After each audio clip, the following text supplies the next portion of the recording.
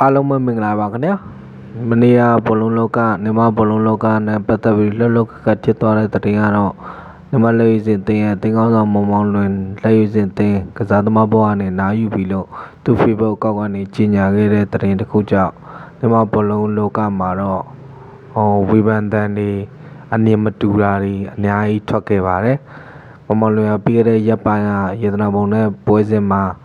ပွဲကြီးစင်ပေါ်နေသမီးကိုကိုတိလက်ရောက်တက်ပြီးတော့တိမှုခဲ့တာနဲ့ပတ်သက်ပြီးတော့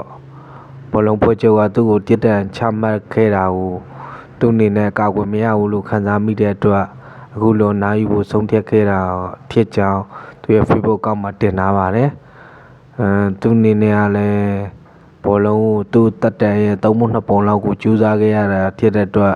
ဒီလေးစဉ်ကစားသမားဘဝနားယူဖို့ခက်ခက်ဆုံးဖြတ်ခဲ့ရတာဖြစ်ကြောင်းတင်ထားတာလည်းတွေ့ရပါတယ်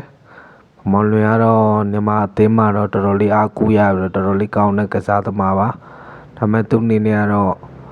နိုင်ငံပရိုမပီတာတဲ့တီးမှုတွေကိုလည်းရှေ့မှာတိလုပ်ခဲ့တာတွေ့ရတာလည်းရှိပါတယ်သူအနေနဲ့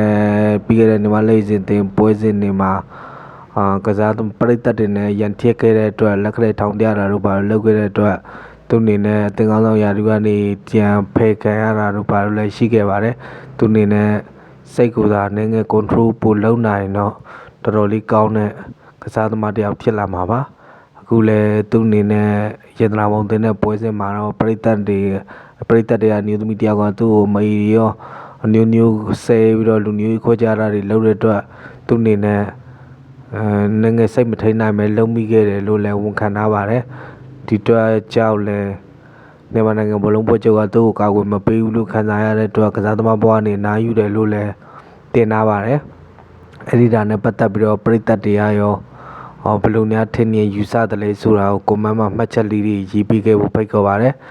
မောင်လွင်ကတော့အနားယူမယ်လို့တော့ကြီးညာသွားပါပြီအားလုံးကျေးဇူးတင်ပါတယ်ကွန်မန့်မှာကောင်းမွန်တဲ့မှတ်ချက်လေးတွေပဲရေးခဲ့ဖို့ဖိတ်ခေါ်ပါတယ်အားလုံးကျေးဇူးတင်ပါတယ်ခင်ဗျာ